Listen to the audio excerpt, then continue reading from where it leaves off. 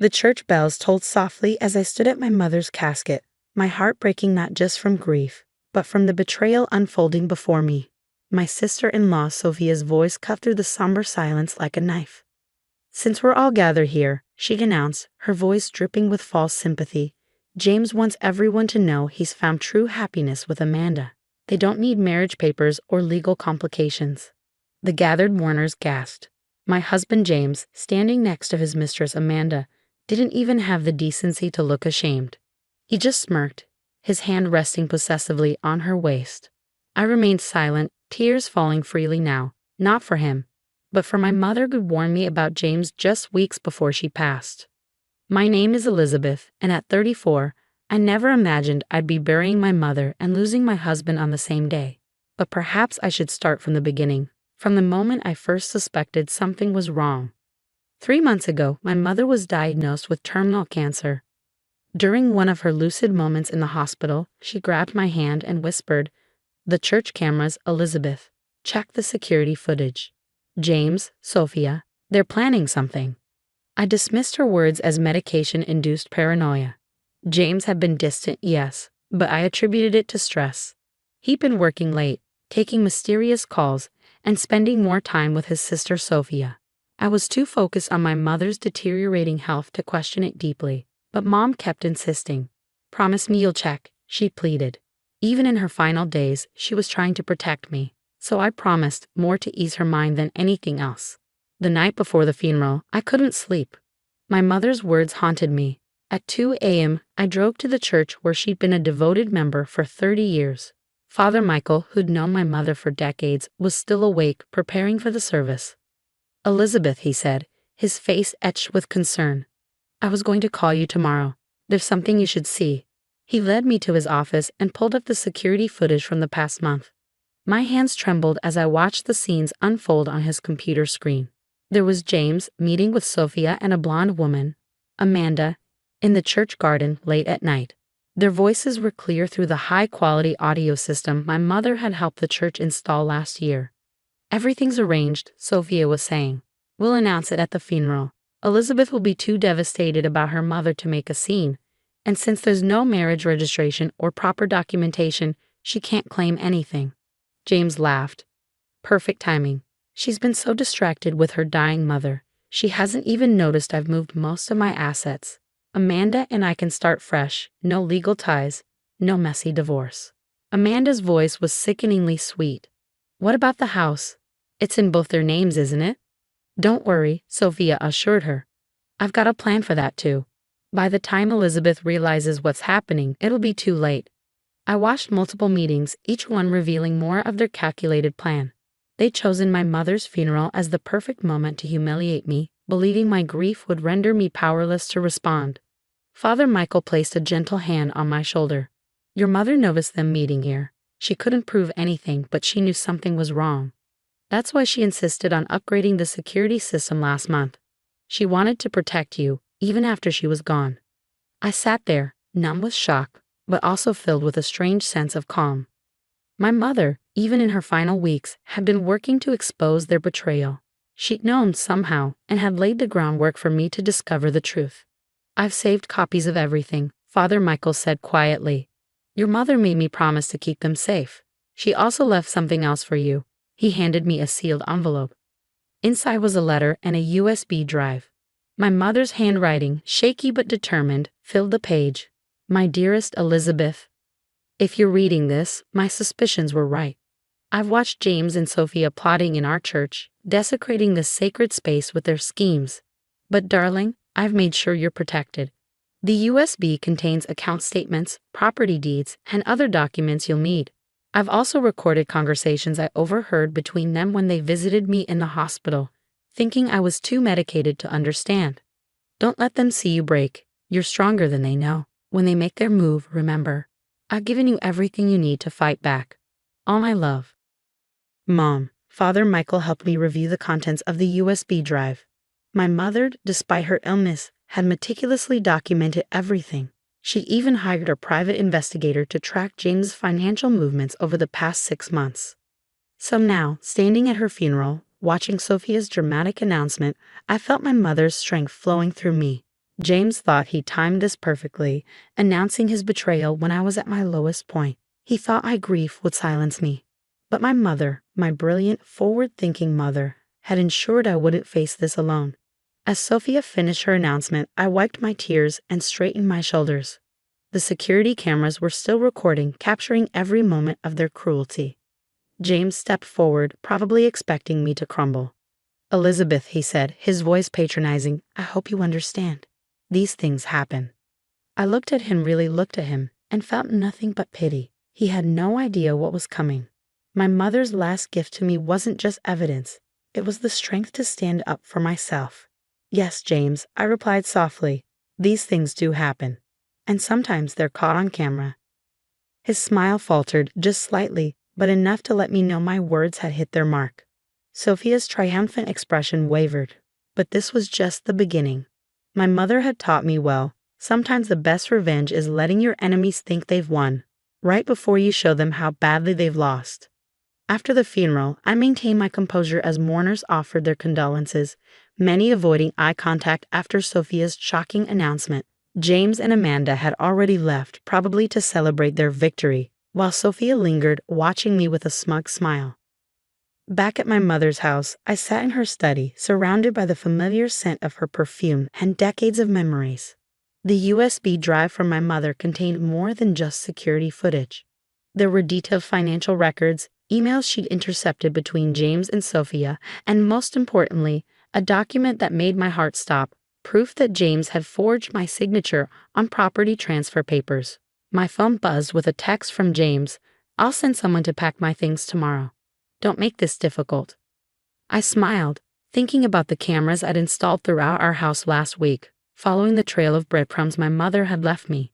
Sure enough, the footage showed James and Sophia entering our home multiple times while I was at the hospital, removing documents and valuables, discussing their plans in detail.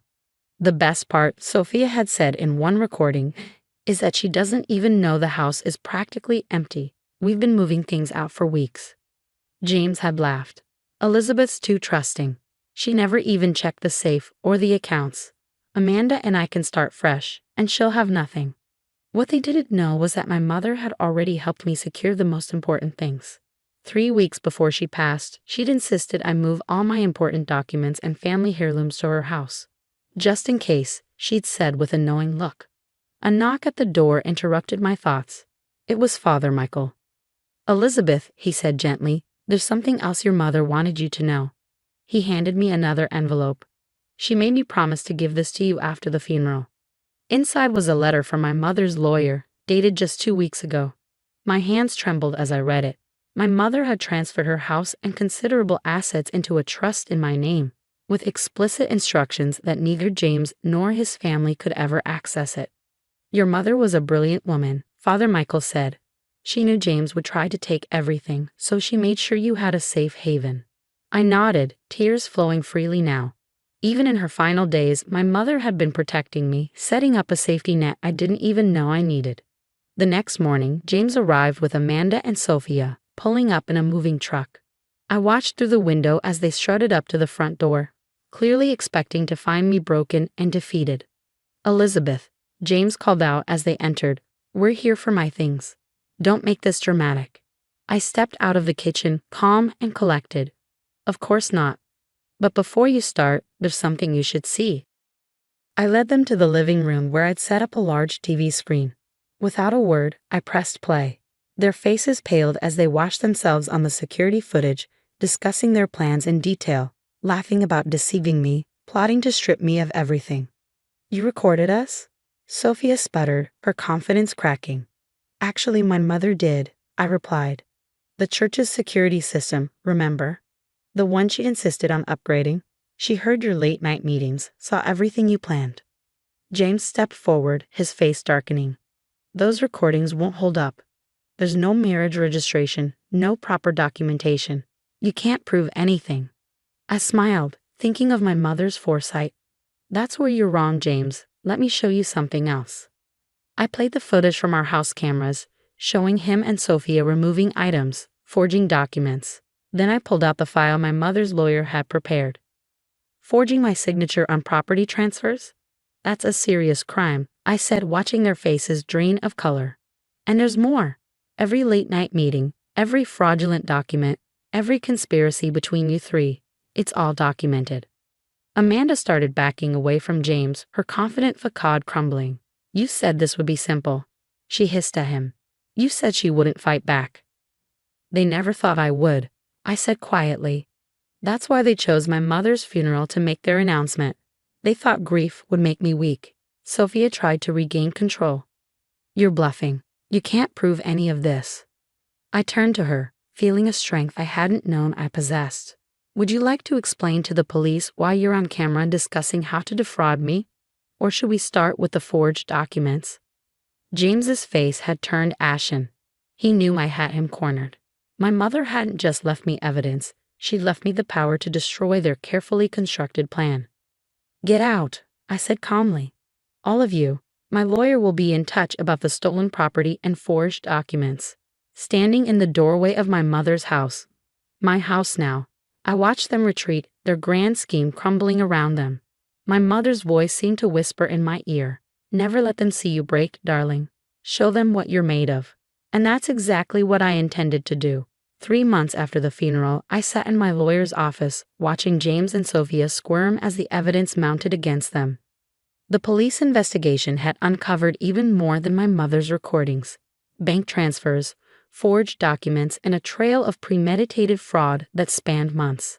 Amanda had already turned on them, providing a detailed statement about their plans in exchange for immunity. She'd revealed how James had promised her a luxurious life with my assets, how Sophia had orchestrated the timing of their announcement to cause maximum humiliation.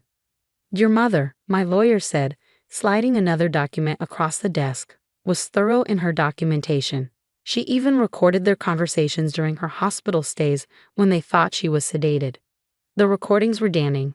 James and Sophia, discussing their plans beside my dying mother's bed, not realizing she was alert and recording everything on her phone. Their cruelty had been their undoing. James attempted one last manipulation. Elizabeth, he pleaded, we can work this out. Think about our history together. I thought about our history all right, how he'd planned to leave me destitute, how he conspired with his sister to humiliate me at my mother's funeral, how they'd laughed about my trust and grief. The only thing we're working out, I replied calmly, is how much you'll be paying in restitution.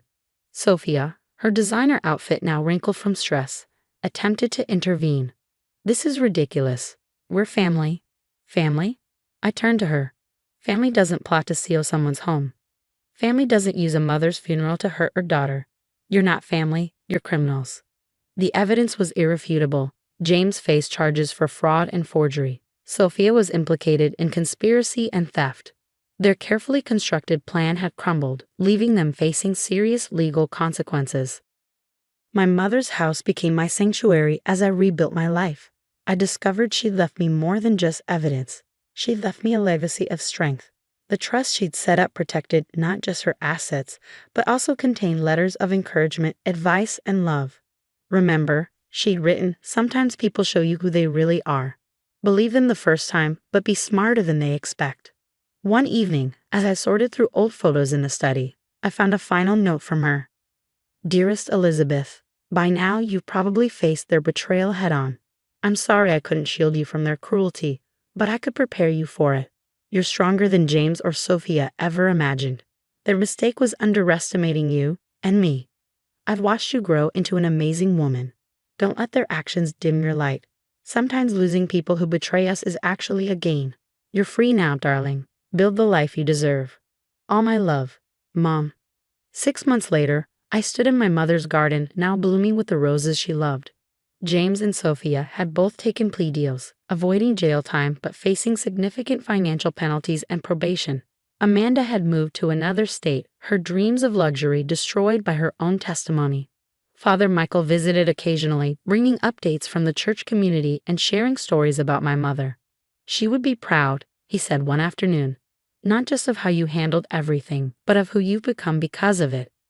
I transformed my mother's house into a sanctuary for women escaping difficult situations, honoring her memory by helping others find their strength.